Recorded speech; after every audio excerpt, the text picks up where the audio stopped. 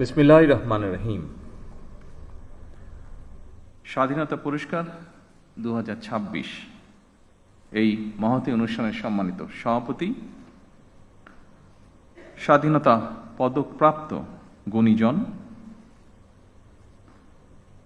মন্ত্রী পরিষদের সম্মানিত সদস্যবৃন্দ, উপস্থিত সেনা, নৌ ও বিমান বাহিনী প্রধানগণ, সুশীল সমাজের সম্মানিত প্রতিনিধিগণ, উপস্থিত সুধীবৃন্দ এবং প্রিয় দেশবাসী, আসসালামু আলাইকুম। আজকের এই মহতী অনুষ্ঠানের শুরুতেই আমি বাংলাদেশের জন্মযুদ্ধে বীর শহীদদের অত্যন্ত শ্রদ্ধা ভরে স্মরণ করতে চাই, যাদের আত্মত্যাগে আমাদের স্বাধীন সার্বভৌম এই প্রিয় বাংলাদেশ, মুক্তিযুদ্ধে যারা আহত হয়েছেন, পঙ্গু হয়েছেন, সেই সকল আহত পঙ্গু মুক্তিযোদ্ধাদের প্রতি আমার গভীর শ্রদ্ধা এবং সম্মান। তাদের উদ্দেশ্যে বলতে চাই, আপনাদের এই সাহসী ভূমিকা এখনো বাংলাদেশের স্বাধীনতা প্রিয় মানুষের জন্য প্রেরণার উৎস। 1971 সালের স্বাধীনতা অর্জনের যুদ্ধ থেকে শুরু করে 2024 সালে দেশ এবং জনগণের স্বাধীনতা রক্ষার যুদ্ধ, এভাবে দেশের প্রতিটি ক্রান্তি লগ্নে যারা জীবন দিয়েছেন, আহত হয়েছেন, নির্যাতন নিপীড়নের শিকার হয়েছেন, তাদের প্রতি বিনম্র শ্রদ্ধা। বাংলাদেশের সবচেয়ে গৌরবময় পুরস্কার স্বাধীনতা পুরস্কার।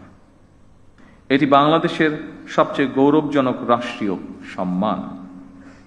স্বাধীন বাংলাদেশের বিভিন্ন ক্ষেত্রে যারা দেশ এবং জনগণের জন্য স্মরণীয় অবদান রেখেছেন কিংবা ইনশাআল্লাহ ভবিষ্যতে রাখবেন, তাদেরকে রাষ্ট্রীয় সম্মাননায় ভূষিত করতে বাংলাদেশের স্বাধীনতার ঘোষক শহীদ রাষ্ট্রপতি জিয়াউর রহমান 1977 সালে স্বাধীনতা পুরস্কার প্রবর্তন করেছিলেন।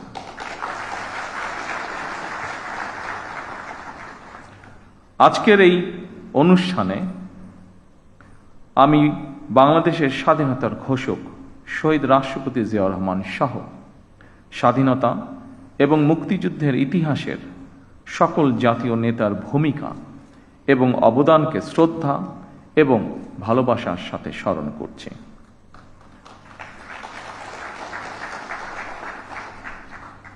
আমরা যদি হীন দলীয় স্বার্থে আমাদের ইতিহাসের জাতীয় নেতাদের ভূমিকাকে শ্রদ্ধার সঙ্গে স্মরণ করতে কার্পণ্য করি, তাহলে ভবিষ্যতের ইতিহাস আমাদেরকেও ক্ষমা করবে না। আমি বিশ্বাস করি, ঐতিহাসিক সত্য মেনে নিতে দ্বিধাচিত্তে থাকা হীনমন্যতার পরিচয়। সম্মানিত উপস্থিতিবৃন্দ, স্বাধীনতা, মুক্তিযুদ্ধ, বিজ্ঞান ও প্রযুক্তি, চিকিৎসাবিদ্যা, শিক্ষা, সাহিত্য, সংস্কৃতি, ক্রীড়া, পল্লী উন্নয়ন, সমাজসেবা, জনসংখ্যা নিয়ন্ত্রণ, জনপ্রশাসন, গবেষণা ও প্রশিক্ষণ এবং অন্য কোনো ক্ষেত্রেও যারা গৌরবোজ্জ্বল ও কৃতিত্বপূর্ণ অবদান রেখেছেন, এমন ব্যক্তি, গোষ্ঠী, প্রতিষ্ঠান এবং সংস্থাকে প্রতি বছর দেশের সর্বোচ্চ জাতীয় পুরস্কার স্বাধীনতা পুরস্কার ভূষিত করা হয়। চলতি বছর স্ব ক্ষেত্রে কৃতিত্বপূর্ণ অবদানের জন্য সরকার 15 জন বিশিষ্ট নাগরিক এবং 5টি প্রতিষ্ঠানকে স্বাধীনতা পুরস্কারে ভূষিত করেছে। দেশে গণতন্ত্র প্রতিষ্ঠা এবং নারী শিক্ষা সহ দেশ গঠনে অসামান্য অবদানের জন্য বেগম খালেদা জিয়াও এবছর মরণোত্তর স্বাধীনতা পুরস্কার পেয়েছেন। আরও কয়েকজন বিশিষ্ট নাগরিকের সাথে স্বাধীনতা পদকপ্রাপ্ত সকল গুণীজন এবং প্রতিষ্ঠানকে আমি আমার নিজের এবং দেশ ও জনগণের পক্ষ থেকে আন্তরিক অভিনন্দন এবং মোবারকবাদ জানাই। দেশ এবং জনগণের জন্য বিভিন্ন ক্ষেত্রে আপনাদের এই অবিস্মরণীয় অবদান বাংলাদেশকে করবে সমৃদ্ধ। আজ এবং আগামীর বাংলাদেশে প্রজন্মের পর প্রজন্ম ধরে আপনাদের এইসব অবদান প্রেরণার উৎস হবে বলে আমি বিশ্বাস করি। বাংলাদেশের গণ্ডি পেরিয়ে স্ব ক্ষেত্রে আপনাদের অবদান এবং সফল কর্মগুলো অদূর ভবিষ্যতে বিশ্ব দরবারেও সমাদৃত হবে বলে আমরা দেশবাসী বিশ্বাস করি দৃঢ়ভাবে। সম্মানিত সুধীবৃন্দ, অসংখ্য প্রাণের বিনিময়ে আমরা একটি স্বাধীন বাংলাদেশ পেয়েছি। সেই বাংলাদেশটি এখন 55 বছর পার করে ফেলেছে। এত বছরেও আমাদের যেমন অনেক প্রাপ্তি রয়েছে, অপ্রাপ্তিও কিন্তু কম নয়। সুতরাং আমাদের প্রত্যাশিত স্বনির্ভর সমৃদ্ধ বাংলাদেশ গড়তে হলে প্রতিশোধ, প্রতিহিংসা কিংবা অযথা বিতর্ক নয়। শহীদ রাষ্ট্রপতি জিয়াউর রহমান বলতেন, জাতীয় ঐক্য আমাদের শক্তি, বিভাজন আমাদের দুর্বলতা। সেই কথা স্মরণ করেই বলতে চাই, আমাদের পথ মত ভিন্ন হতে পারে, আমাদের মধ্যে বিভিন্ন ইস্যুতে বিতর্ক বিরোধ থাকতে পারে, তবে আমাদের মধ্যেকার বিতর্ক বিরোধ যেন শত্রুতায় রূপ না নেয়।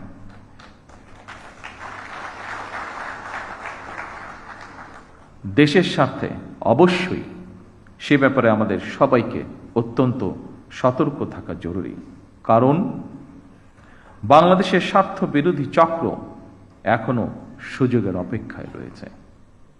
সম্মানিত সুধীবৃন্দ, সম্মানিত সভাপতি, দুর্নীতি দুঃশাসনে পর্যদস্ত একটি ভঙ্গুর অর্থনীতি, দুর্বল শাসন কাঠামো আর অবনতিশীল আইন শৃঙ্খলা পরিস্থিতির ভেতর দিয়ে নতুন সরকার যাত্রা শুরু করেছে।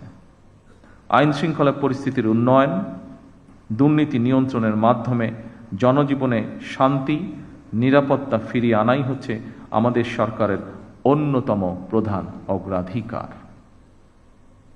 বাংলাদেশের বর্তমানে এক বিশাল সংখ্যক কর্মক্ষম জনগোষ্ঠী রয়েছে। কর্মক্ষম এই জনগোষ্ঠীর জন্য কর্মসংস্থান তৈরির এই মুহূর্তে হচ্ছে বড় চ্যালেঞ্জ। শুধু অর্থনীতি নয়, ফ্যাসিবাদী শাসন আমলে আমাদের শিক্ষা ব্যবস্থাও বিপর্যয়ে নেমে এসেছিল। এমনকি ইন্টারিম গভর্নমেন্টের সময়ও শিক্ষা ব্যবস্থায় শৃঙ্খলা ফেরেনি দুঃখজনকভাবে। বর্তমান প্রতিযোগিতামূলক বিশ্বে টিকে থাকতে হলে দেশের শিক্ষা ব্যবস্থাকে আধুনিক এবং অবশ্যই কর্মমুখী করতেই হবে। শিক্ষা ব্যবস্থাকে বাস্তবমুখী করার কাজটিও আমরা শুরু করেছি।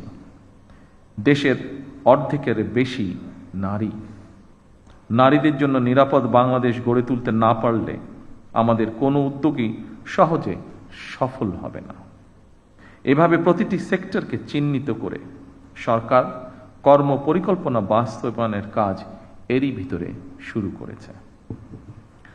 জনগণের রাষ্ট্র পরিচালনার দায়িত্ব পাওয়ার আগেই আমরা বিস্তারিতভাবে দেশের জনগণের সামনে দলীয় ইশতেহার ঘোষণা করেছিলাম।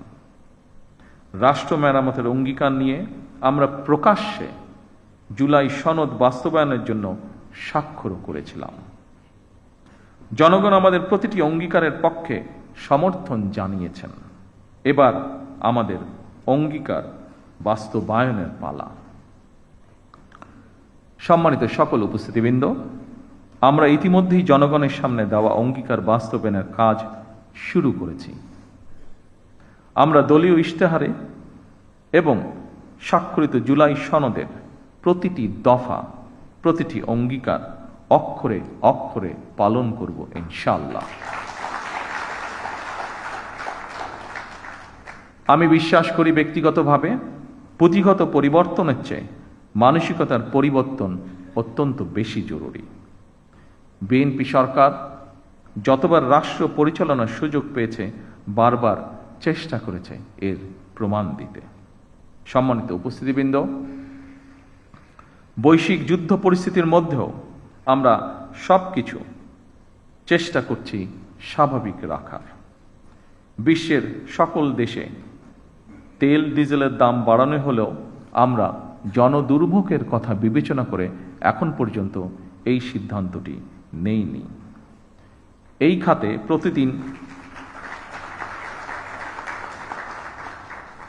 খাতে প্রতিদিন শত শত কোটি টাকা ভর্তুকি দিয়ে হলেও সরকার চেষ্টা করছে আন্তরিকভাবে পরিস্থিতি স্বাভাবিক রাখার।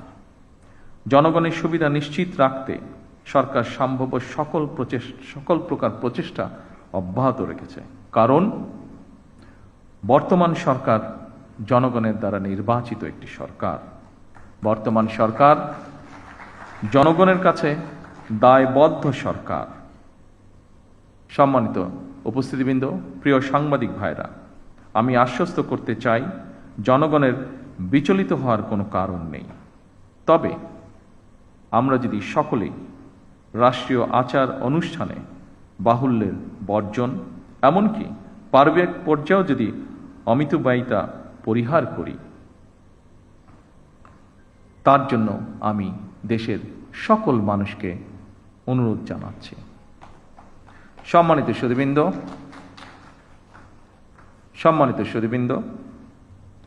আজ যারা স্বাধীনতা পদকে ভূষিত হলেন, আপনারা প্রত্যেকে জাতির গৌরব। আপনাদের মতন সফল মানুষরা আগামী প্রজন্মের সামনে দৃষ্টান্ত হয়ে উঠুন, এই প্রত্যাশায় আপনাদেরকে আমি আরও একবার ধন্যবাদ জানাতে চাই। যারা মরণোত্তর পুরস্কার পেয়েছেন, আল্লাহর দরবারে তাদের মাগফিরাত কামনা করছি। সম্মানিত উপস্থিতিবৃন্দ, আমি এই বলে আমার বক্তব্য শেষ করছি। আল্লাহ হাফেজ। বাংলাদেশ জিন্দাবাদ।